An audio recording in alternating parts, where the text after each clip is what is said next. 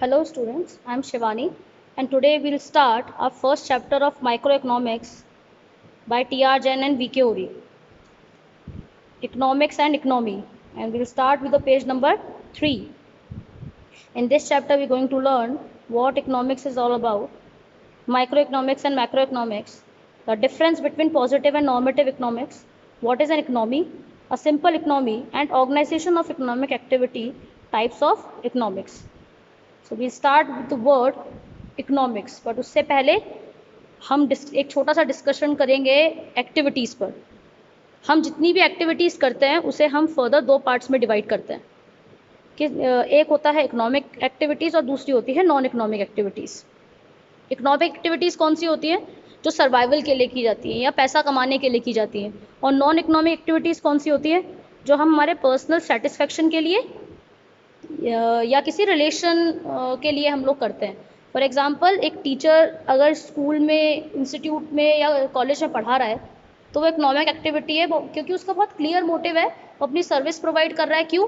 क्योंकि उसे in return salary मिल रही है. वहीं पे अगर वो टीचर क्या करेगा, घर पे अपने ही किसी फैमिली मेम्बर को पढ़ाएगा तो वो नॉन इकोनॉमिक एक्टिविटी होगी, क्योंकि वो क्या कर रहा है, वो एक्टिविटी वो अपने पर्सनल सेटिस्फेक्शन के लिए कर रहा है. ठीक है. सो इकोनॉमिक एक्टिविटीज़ के लिए हमें किसकी ज़रूरत होती है? पैसे की. हमारा बहुत क्लियर मोटिव होता है. आगे हम पढ़ें उससे पहले एक छोटा सा एग्जांपल देती हूँ जिससे आपको ये टॉपिक बहुत अच्छे से समझ में आएगा. अगर आप इमेजिन करो दुनिया के सबसे अमीर इंसान हो, उसके बाद भी क्या आप उस पोजीशन पे हो कि आप दुनिया में मौजूद हर चीज़ खरीद सकोगे? नहीं. तब भी आपके मन में कोई ना कोई ऐसी वांट होगी जिसको आप पूरा नहीं कर सकते, क्योंकि हम जानते हैं कि हमारी वांट्स अनलिमिटेड है. हम एक हमारी डिज़ायर पूरी करते हैं, एक वांट हमारी फुलफ़िल करते हैं और उसी के साथ हमारी एक नई वांट, एक नई डिज़ायर क्या हो जाती है, जनरेट हो जाती है. ठीक है, सही बात है. तो उसी हिसाब से ऐसा कभी पॉसिबल ही नहीं हो सकता कि इंसान के पास इतने रिसोर्सेज हमेशा अवेलेबल हो कि वो अपनी सारी वांट्स क्या कर सके, फुलफ़िल कर सके. इसी की स्टडी को हम क्या कहते हैं? इकोनॉमिक्स. देखिए, economics is a science of human behaviour concerned with the allocation of scarce means in such a manner that consumer can maximize their satisfaction, producer can maximize their profit and society can maximize its social welfare. क्या कहता है economics? Economics human behaviour की study करता है इस तरीके से कि जितने भी रिसोर्सेज उसके पास अवेलेबल हैं उसको वो कुछ इस तरीके से यूज़ में ले कि उसकी मैक्सिमम नीड्स क्या हो सके, फुलफिल हो सके. फॉर एग्जाम्पल, कंज्यूमर के पास जो इनकम अवेलेबल है उसको इस तरीके से यूज़ में ले कि वो क्या करे, अपना सेटिस्फेक्शन मैक्सिमम कर सके. प्रोड्यूसर के पास जितना इन्वेस्टमेंट अवेलेबल है वो उसको उस तरीके से यूज़ में ले कि वो अपना प्रॉफिट सबसे ज़्यादा अर्न कर सके. और सोसाइटी भी अपने काम से अपने वेलफेयर, सोशल वेलफेयर को क्या कर सके, मैक्सिमाइज कर सके. ठीक है. So economics is a human study concerned with allocation of scarce resource in such manner that consumer can maximize their satisfaction, producer can maximize their profit and society can maximize their social welfare. Scarce means limited. हमारे पास क्या है? Limited resources है. उनको कुछ इस तरीके से काम में ले कि कंज्यूमर अपना सेटिस्फेक्शन मैक्सिमाइज करे, प्रोड्यूसर भी अपना प्रॉफिट मैक्सिमाइज करे और सोसाइटी भी क्या करे, अपना वेलफेयर मैक्सिमाइज करे. तो जब इकोनॉमिक्स की बात आती है तो दो मेन वर्ड हमने पढ़े. First, scarcity. स्कैरसिटी का मतलब क्या होता है? When we have less than we wish to have. हमारे पास जो है वो कम हो. किससे कम हो? जितना हम चाहते हैं. हमेशा आपके पास जो आप चाहते हो उससे कुछ अमाउंट क्या होगा, कम होगा. इसीलिए उसको हम क्या कहते हैं? Scarcity. Second, alternative uses. Same resource have alternative uses. For example, land में be use to grow wheat और for the construction of building. एक ही रिसोर्स जो है उसके ऑल्टरनेटिव यूजेस होते हैं. एक ही रिसोर्स बहुत सारे तरीके से काम में लिया जा सकता है. फॉर एग्जांपल, अगर लैंड एक रिसोर्स है तो लैंड पे आप चाहो तो क्या कर सकते हो, व्हीट भी ग्रो कर सकते हो, और आप चाहो तो कंस्ट्रक्शन कर सकते हो, और आप चाहो तो स्कूल खोल सकते हो या कोई फैक्ट्री, कुछ भी. रिसोर्स एक ही है लैंड, लेकिन उसके यूज़ क्या होते हैं, बहुत सारे हो सकते हैं. ठीक है. जब आगे आप पढ़ोगे तो आपको एक वर्ड और समझ में आएगा, problem of choice. Problem of choice क्या है? हमने बोला कि हम रिसोर्सेज को कुछ इस तरीके से यूज़ में लेंगे कि हमारे जो वांट्स हैं वो मैक्सिमम क्या हो के फुलफिल हो सके, सेटिस्फेक्शन हमारा मैक्सिमाइज कर सके. तो अगर आप उसको लोगे तो ऑब्वियसली आपके पास रिसोर्स कम है और वांट ज़्यादा है, तो किसी एक चीज़ को छोड़ करके आपको कोई और चीज़ लेनी पड़ेगी. राइट, किसी एक चीज़ का सेक्रीफाइस करना पड़ेगा तो ही आप दूसरी चीज़ ले सकते हो। तो प्रॉब्लम ऑफ चॉइस का मतलब क्या होता है कि उसके ऑल्टरनेटिव यूजेस क्या है। जैसे मैंने अभी आपको एग्जांपल दिया कि लैंड जो है वो वीट के लिए भी काम में आ सकती है, कंस्ट्रक्शन के लिए भी काम में आ सकती है। तो एक बिजनेसमैन क्या देखेगा, वो या तो उस बिल्डिंग पे सॉरी उस लैंड पे कंस्ट्रक्शन कर सकता है या तो उसके ऊपर वीट ग्रो कर सकता है। वो क्या देखेगा कि उसको प्रॉफिट किस में मिल रहा है। उसने देखा कि नहीं, मुझे तो कंस्ट्रक्शन करने में ज़्यादा फ़ायदा होगा, तो अगर वो कंस्ट्रक्शन करेगा तो ही हैज़ टू सेक्रीफाइस किस चीज़ का, वीट का। वो वीट नहीं उगा सकता वहाँ पे। ठीक है, तो प्रॉब्लम ऑफ चॉइस का मतलब क्या है कि हम जब रिसोर्स को देखते हैं, ऑल्टरनेटिव्स देखते हैं, तो उन ऑल्टरनेटिव्स में से हमें क्या करना पड़ता है, कुछ सेलेक्ट करने पड़ते हैं और कुछ का सेक्रीफाइस करना पड़ता है। ऐसा क्यों करना पड़ता है, प्रॉब्लम ऑफ चॉइस अराइजेस, क्यों ऐसा होता है, क्योंकि रिसोर्स हमारे पास लिमिटेड है। रिसोर्स हमारे पास क्या है, लिमिटेड है, और उनके ऑल्टरनेटिव यूजेस है। तो उन ऑल्टरनेटिव में से जो बेस्ट ऑल्टरनेट होगा उसे हम क्या करेंगे, सेलेक्ट करेंगे और बाकियों को सेक्रीफाइस करेंगे। फाइन, तो ये चीज़ को आप टिक कर लेना। नॉर्मली छोटे 1 या 2 मार्क्स के क्वेश्चन में इसको पूछते हैं कि why problem of choices arises, क्यों, क्योंकि रिसोर्सेज तो हमारे पास लिमिटेड हैं एंड उनके क्या है, ऑल्टरनेटिव यूजेस हैं। तो लिमिटेड हैं इसलिए हम सबको तो पूरा कर नहीं पाएंगे, कुछ को सेक्रीफाइस करना पड़ेगा। किसको सेक्रीफाइस करोगे, पहले आप देखोगे कि वो रिसोर्स के ऑल्टरनेटिव यूजेस क्या क्या हैं, और फिर देखोगे कि आपके लिए कौन सा यूज़ बेस्ट है, कौन सा ऑल्टरनेटिव बेस्ट है, उसे आप सेलेक्ट करोगे और बाकियों को सेक्रीफाइस। ठीक है, आगे बढ़ते हैं। अब हमने क्या बोला कि इकोनॉमिक्स क्या है, स्टडी है ह्यूमन बिहेवियर की, जो ये देखता है कि हमारे पास कितने तो रिसोर्स अवेलेबल हैं और कितनी हमारी वॉन्ट्स हैं, और फिर ये डिसाइड करता है कि कैसे उन रिसोर्स को हम क्या करें, यूटिलाइज करें कि हमारी मैक्सिमम वॉन्ट्स फुलफिल हो सके। तो इसको हम फर्दर डिवाइड करते हैं 2 पार्ट्स में, micro economics and macro economics. अगर आपकी ये स्टडी किसी इंडिविजुअल यूनिट की है तब तो वो होती है माइक्रो इकोनॉमिक्स, और अगर आपकी वही स्टडी एग्रीगेट लेवल पे बात कर रहे हैं तो वो क्या होता है, मैक्रो इकोनॉमिक्स।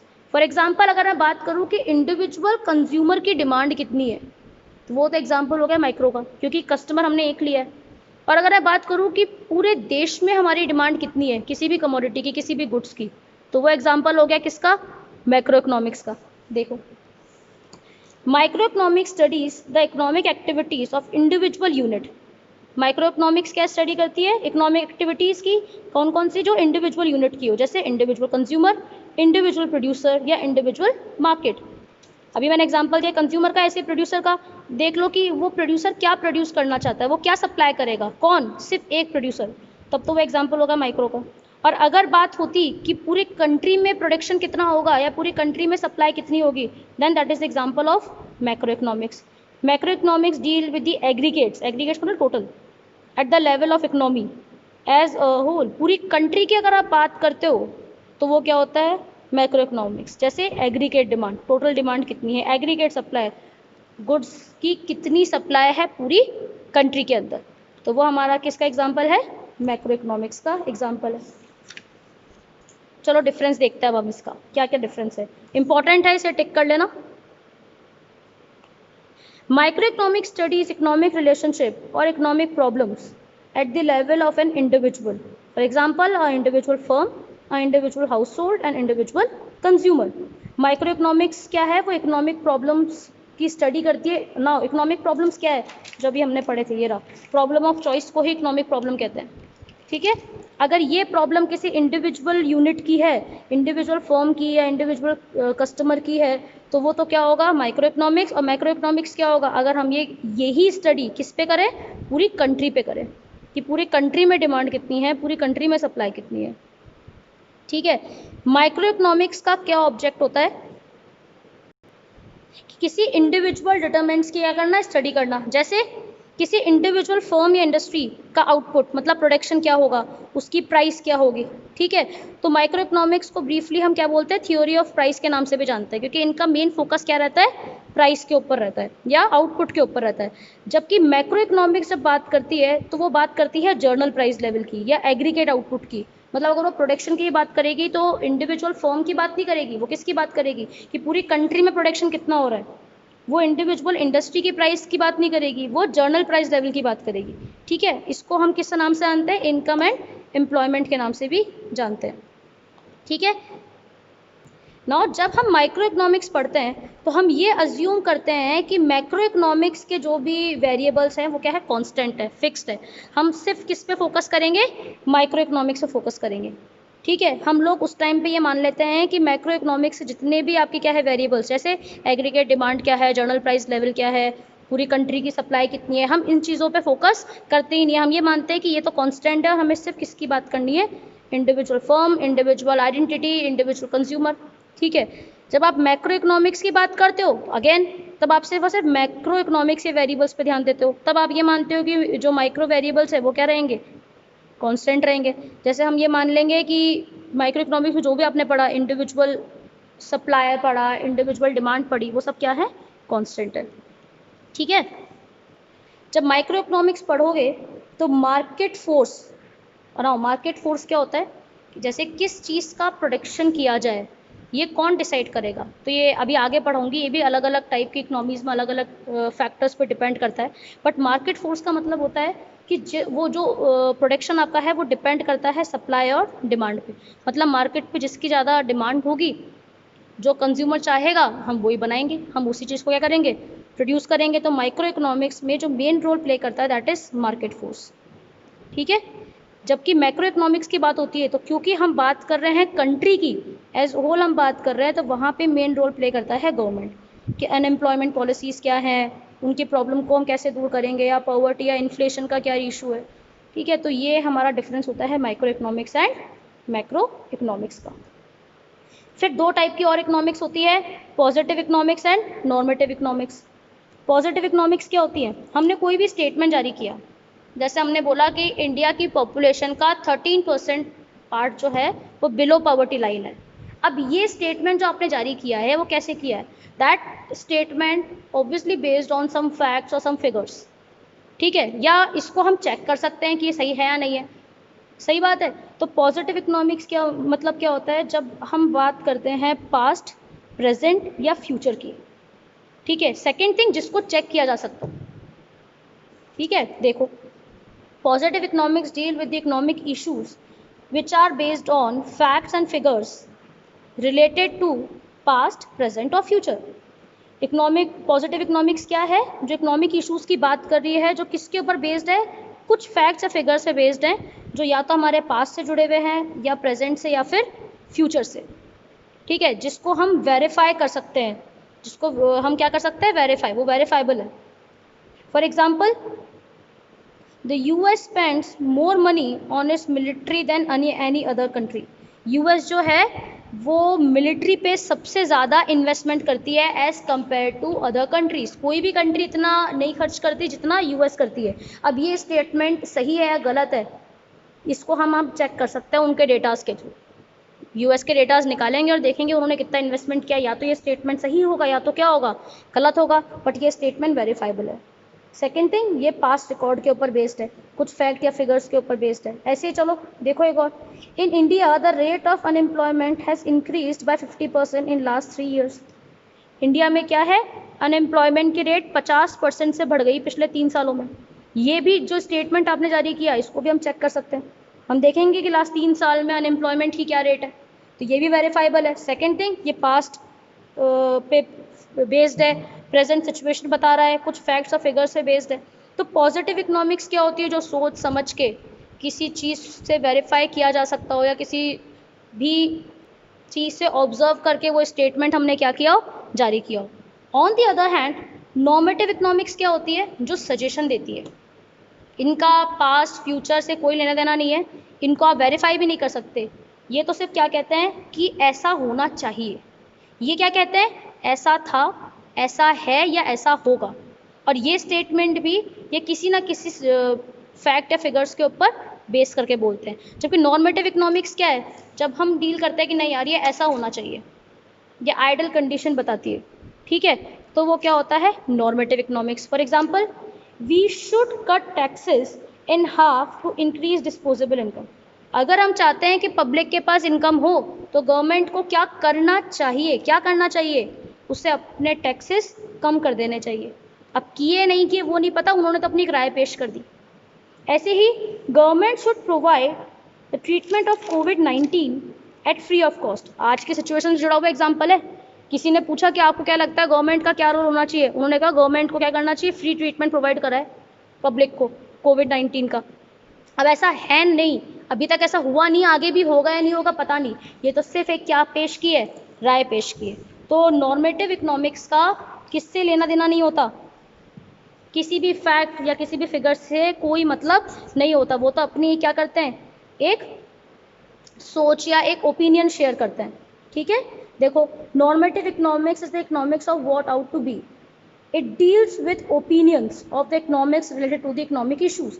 जो भी इकोनॉमिक इशू चल रहे हैं उसके ऊपर लोगों का क्या ओपिनियन है, वो ओपिनियन तो होता है नॉर्मेटिव। और जो किसी ऑब्जर्वेशन, किसी स्टेटमेंट के ऊपर बेस्ड हो, ठीक है, हमने सोचा समझा ऑब्जर्व किया, पास्ट प्रेजेंट फ्यूचर के डेटाज देख रहे हैं, उसके बाद हम बोल रहे हैं, तो वो क्या होता है, पॉजिटिव इकोनॉमिक्स। तो पॉजिटिव इकोनॉमिक्स क्या है, what was, what is and what would be. क्या था, क्या है और क्या होगा।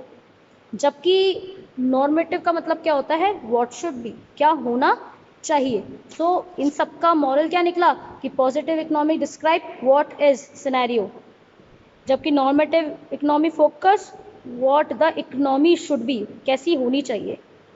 ठीक है, नाउ हमारे इस चैप्टर का लास्ट टॉपिक इकोनॉमी।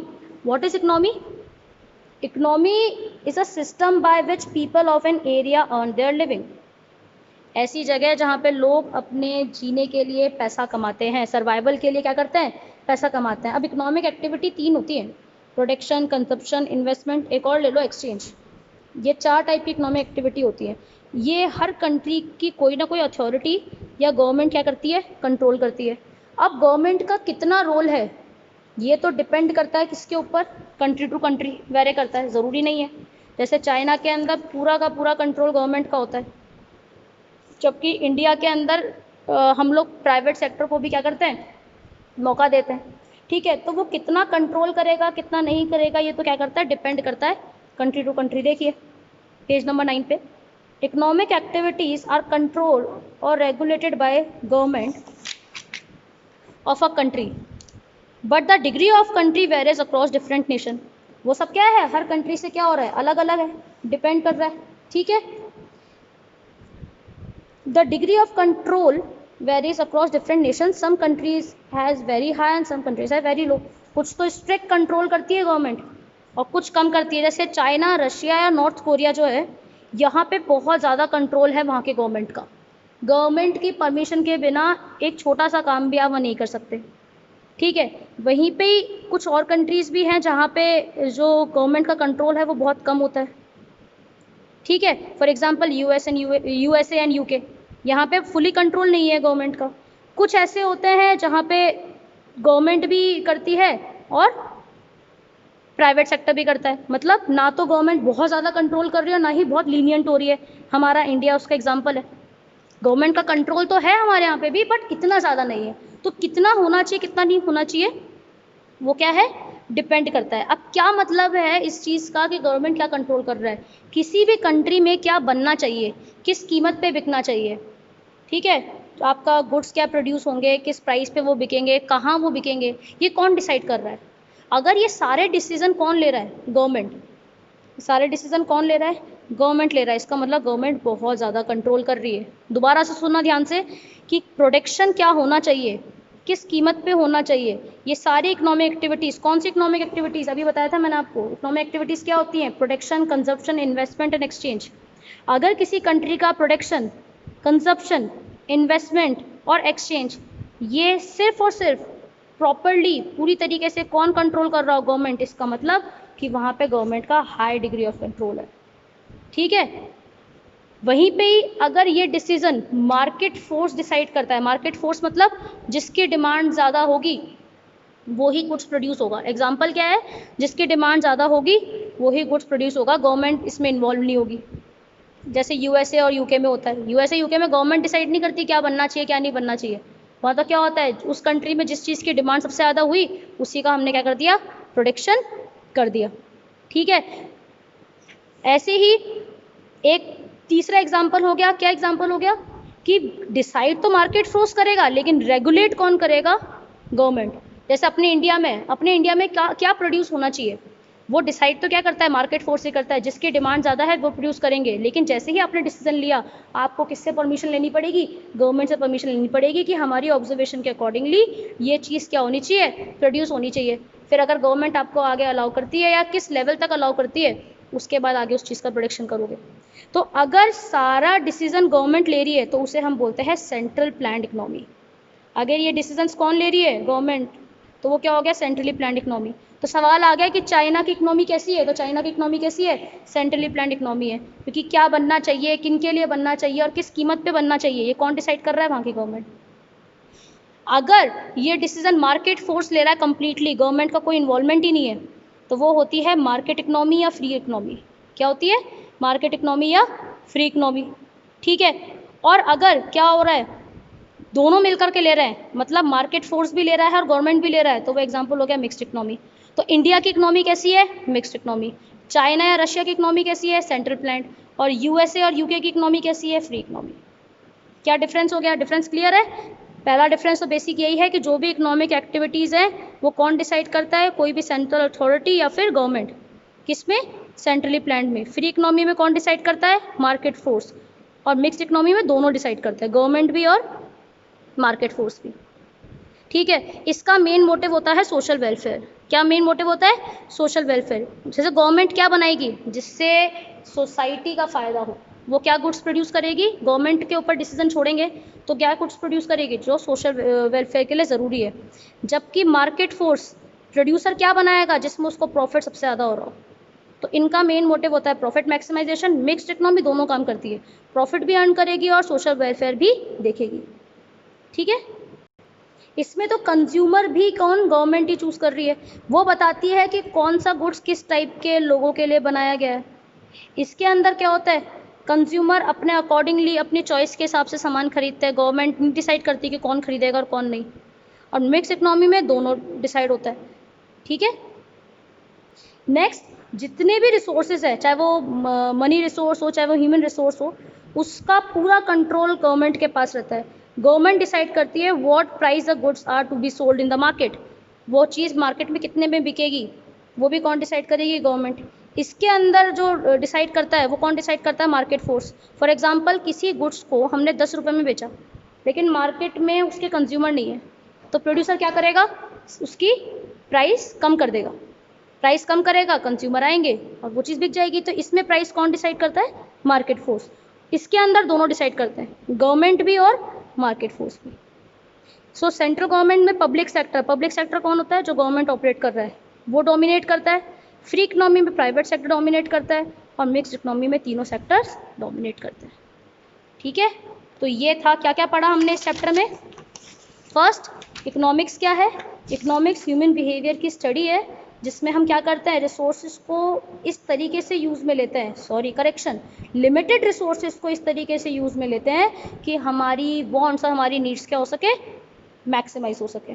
फिर माइक्रो इकोनॉमिक्स और मैक्रो इकोनॉमिक्स पढ़ा। माइक्रो इकोनॉमिक्स क्या होती है, जब इकोनॉमिक प्रॉब्लम स्टडी करते हैं किसी इंडिविजुअल यूनिट पे।